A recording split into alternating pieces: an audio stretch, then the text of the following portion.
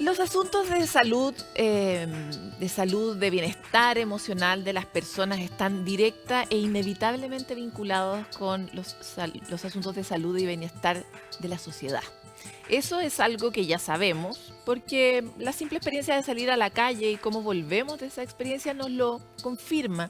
Pero también la ciencia ha tratado de avanzar en la conexión entre estos dos mundos y cómo finalmente nos empezamos a comportar como un gran organismo compuesto de atomizados seres, ¿verdad? Que somos todas las personas que componemos la sociedad.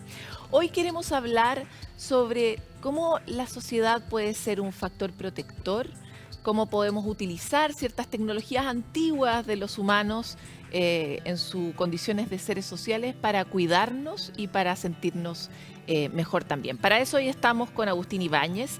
Él es director del Instituto Latinoamericano de Salud Cerebral de la Universidad Adolfo Ibáñez, un especialista en temas de neurociencia, investigador. Tienes muchos otros títulos que no voy a describir. Muchas gracias por estar aquí, Agustín. Paloma, encantado de conversar con vos. Antes de empezar esta entrevista, tú decías como lo que nos hace humano es ser sociales, no esta inteligencia genial que tenemos, no que nos hayamos parado en dos patas y tantas otras creencias que tenemos. ¿Por qué? Es una excelente pregunta, ¿no? Y es algo que nos ha demorado milenios responder. Si vos te fijás, la idea que tenemos de definición de un ser humano es como un individuo racional, ¿no? Individuo y racional, o sea, no está ni el componente social ni el componente afectivo, vincular, social, que nos hace humanos estrictamente. Y si mirás por distintos canales, ves evidencia, pero monstruosa, ¿no? A nivel neurocientífico, el cerebro es un órgano social, está preparado y hecho para la interacción social, madura, evoluciona a través del vínculo, se libera oxitocina y vasopresina, ¿no es cierto?, por la vinculación social, aprendemos a través de los otros, desarrollamos nuestra identidad a través de esta conexión que va de la persona a la familia a la sociedad, ¿no es cierto?, pero además enfermamos cuando nuestros vínculos sociales no son adecuados, ¿no? Enfermamos a nivel no solo mental, sino también biológico, digamos. Y esto se entiende porque básicamente no somos un cerebro con patas, somos un cerebro con un cuerpo, con afectos, con cultura, con otros, situados. Somos un organismo situado, ¿no? Somos más un cerebro, más un corazón, si uno pudiera ponerle un atributo de sintiencia al corazón, ¿no? Exactamente. Bueno, un área muy importante es entender cómo pensamos con nuestro corazón, cómo sentimos, cómo regulamos nuestras emociones con tu corazón, con tus vísceras, con tu sistema autonómico, tu sistema cardiometabólico tiene un rol fundamental en entender el mundo, digamos. Percibimos el mundo de acuerdo a nuestro estado interno emocional. Y estos sistemas periféricos, que por mucho tiempo se pensó que no tenían nada que ver con la cognición, las emociones, la toma de decisiones, hoy sabemos que juegan un rol fundamental. Claro, y los últimos hallazgos incluso conectan el cerebro con la guata, con todo lo que pasa y toda la cantidad de microorganismos que están ahí, ¿verdad? Y cómo eso impacta en nuestra salud mental general. Quisiera entrar un poco en distintas declaraciones que hiciste recién, Agustín. La primera de ellas es, a pesar de que somos seres inevitablemente sociales y así está constituida nuestra biología, nuestra ruta evolutiva o la que hemos decidido como sociedad ha ido en el camino inverso, ¿verdad?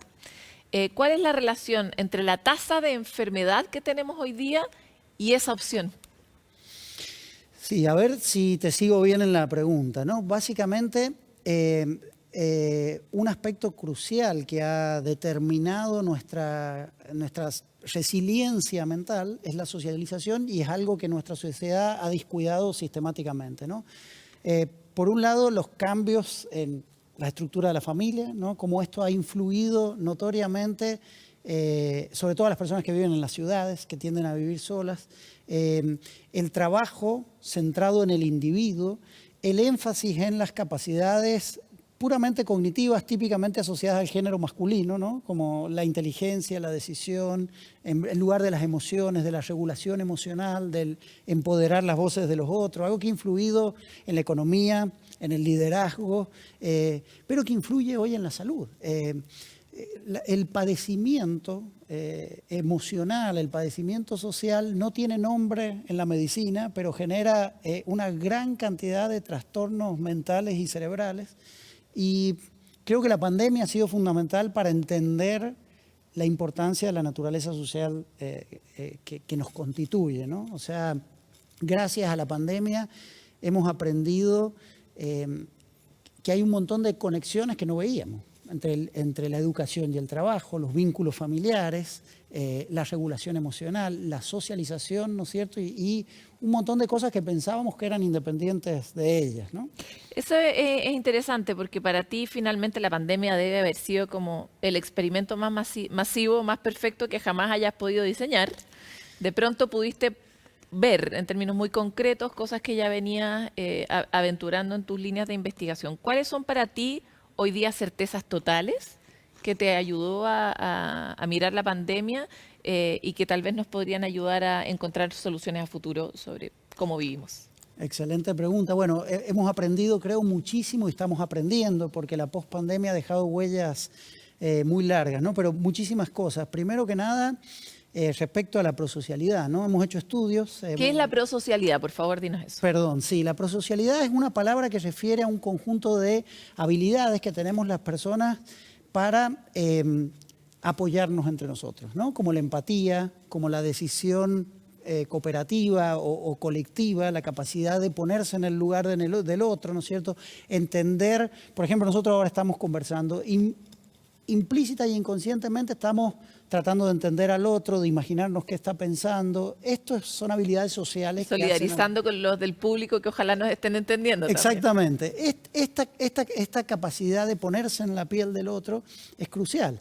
Hemos hecho estudios hicimos un estudio con más de 50.000 personas en 40 y tantos países, ¿viste? Y encontramos cosas muy importantes. Primero, el sentido de identidad nacional, el sentirse parte de un nosotros, del poder de nosotros, fue crucial para lidiar con los cambios que exigía la pandemia, ¿no? El lockdown, el aislamiento, los hábitos de higiene. Después también encontramos la prosocialidad, que se mide preguntándole cosas a la gente de cómo es, básicamente, ¿no? Respecto a esta capacidad empática. Las personas que son más prosociales fueron las que se adaptaron mejor para el bien común, que respetaban las reglas, ¿no es cierto?, que cumplían con las normas de higiene, que apoyaban el sacrificio que había que hacer, digamos, para el bien común, ¿no? Pero a la vez eran las personas que más sufrían, las personas que tenían más inseguridad, que se sentían más expuestos, justamente porque cuando tenemos una identidad social, vínculos. Exactamente, hay un self, un yo que excede tu persona, digamos. Entonces aprendimos eso, pero también aprendimos muchas cosas. Aprendimos que la pandemia tuvo un impacto desigual de forma brutal. Yo trabajo en envejecimiento y en demencia, ¿no? Y mostramos cómo en Latinoamérica el impacto en las personas viejas y sobre todo en aquellas personas que tienen niveles socioeconómicos bajos fue tremendo. Hay un estudio que se hizo en Chile, muy famoso, que se publicó en Science, una de las revistas más importantes de la ciencia, ¿no es cierto?, que mostró que depende de dónde vivís, el impacto en la salud por coronavirus es 4 veces más grande, ¿viste? Entonces aprendimos. Y eso tiene su correlato también en torno a todas las enfermedades asociadas a la salud mental. Absolutamente. Cardiometabólicas como la diabetes, ¿no es cierto?, las enfermedades cardiovasculares, la demencia, el stroke, la obesidad, totalmente. Y otra cosa que para mí fue fundamental es que nos dimos cuenta a propósito de la vinculación, ¿no?, que vivimos en un mundo global, pero que no estamos aptos para manejarnos en un mundo global, ¿no? Encontramos lazos invisibles entre esto que es el individuo y la sociedad, entre esta cosa que siempre pensábamos que el trabajo no tenía vinculación con lo afectivo, con lo social, con la familia, ¿no? Claro, y cuando todo se nos juntó en un mismo lugar nos dimos cuenta el impacto en un lado y en el otro, ¿no? Exactamente. Sufrió la familia, sufrió el trabajo, todo. Los chicos en el aprendizaje, o sea, el impacto en la educación, porque la educación es un proceso social, de nuevo, digamos. Entonces, entendimos lo que es una sindemia, no una pandemia, ¿no? La pandemia refiere, en este caso, a este virus chiquitito que genera esto, pero la sindemia refiere a todo lo que está alrededor del organismo, el entorno y la sociedad que hace que ese virus tenga un efecto brutal o insignificante. Claro, que en este caso fue brutal de hecho. Agustín, me gustaría avanzar sobre la base de tu investigación. ¿Qué tipo de sociedad necesitamos construir? qué tipo de conductas podría uno empezar a intencionar en su propia casa o en su trabajo que nos permitiera no solo sentirnos mejor en el presente, sino, y tú que trabajas en vejez, cómo llegar mejor a la tercera edad, que además se anticipa que va a ser bastante larga para nuestra generación y para las que vienen. Uy, creo que podríamos estar varias horas conversando de eso, así que voy a hacer un esfuerzo de síntesis y voy a moverme desde lo más societal a lo más familiar, a lo más individual, como para poder rescatar algunos puntos importantes, ¿no? A nivel social, creo que en la pospandemia y por circunstancias muy complejas, hay dos factores que son cruciales, ¿no? Uno es la incertidumbre y otro es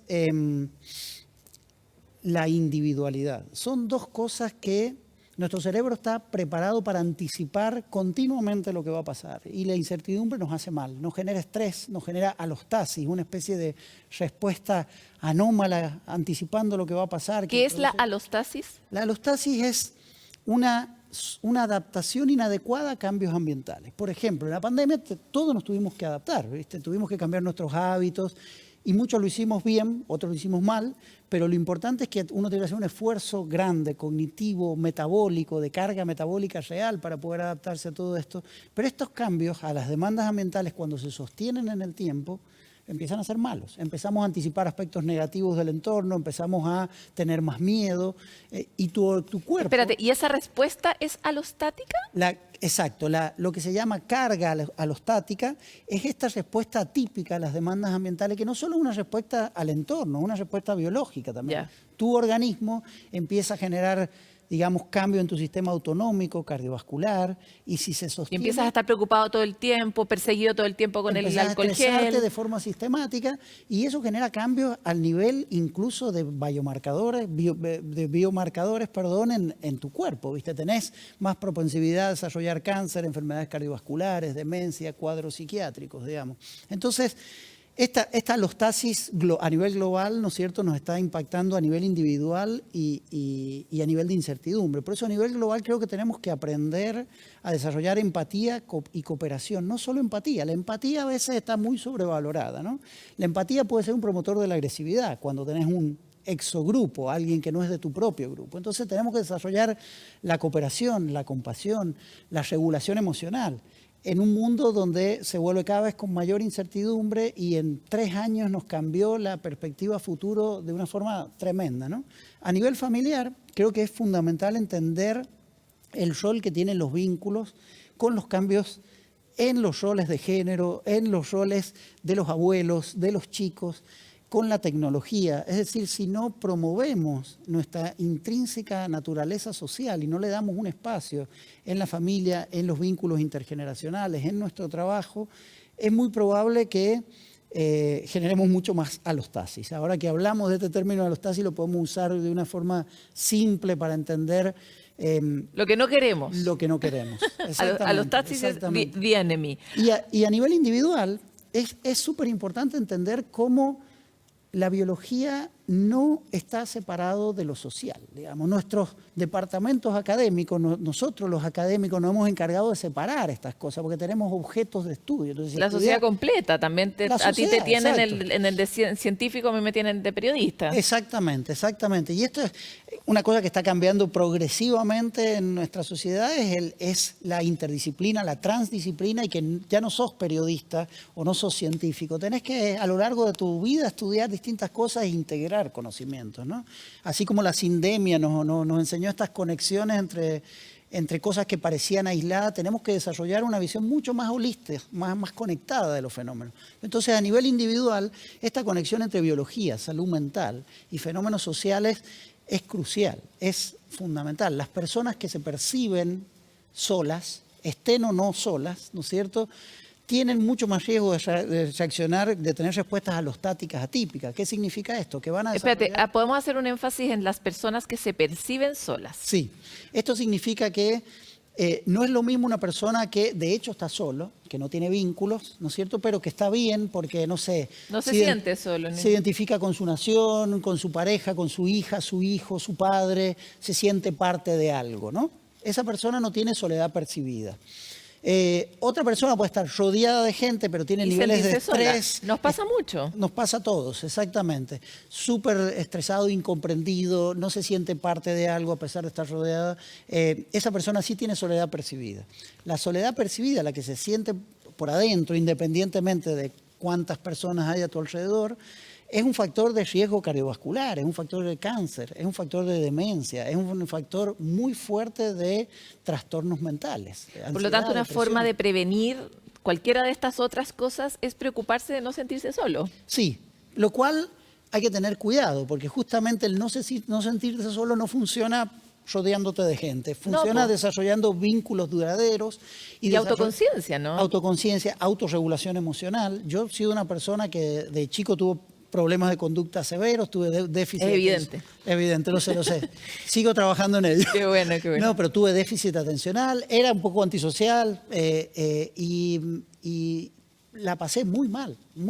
Y de viejo, de grande, empecé a aprender la autorregulación emocional. Es una cosa, la interocepción, la capacidad de sentir el propio cuerpo, ¿no? Sobre todo cuando nos vinculamos. ¿Cómo reaccionamos cuando alguien nos dice algo que no nos gusta, cuando alguien nos dice...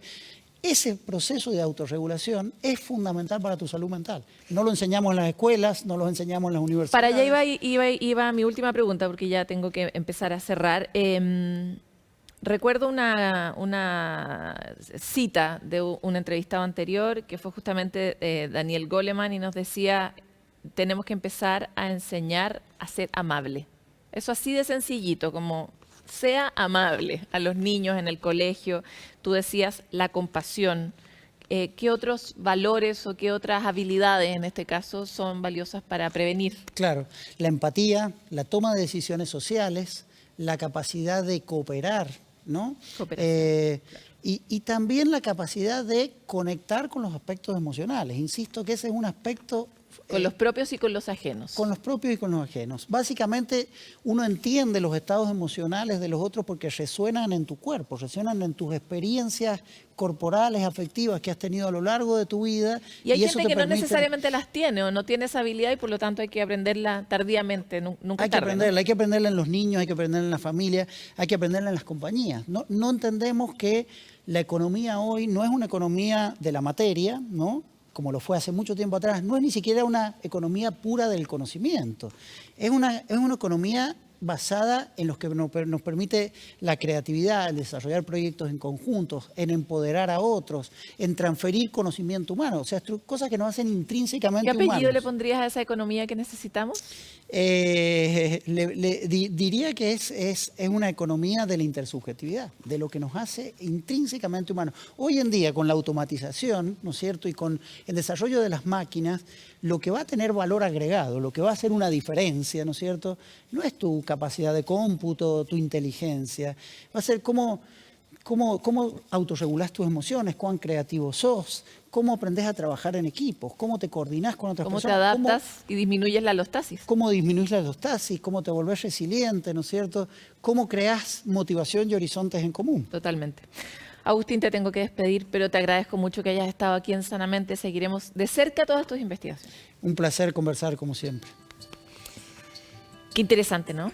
Es fantástico saber que no se trata solo de una pastilla que puede sacarnos de algo, sino de cosas que están mucho más a la mano, mucho más cerca y que puede que sean más complicadas, pero que dependen mucho de nosotros y de cómo cambiamos nuestros entornos en las distintas escalas.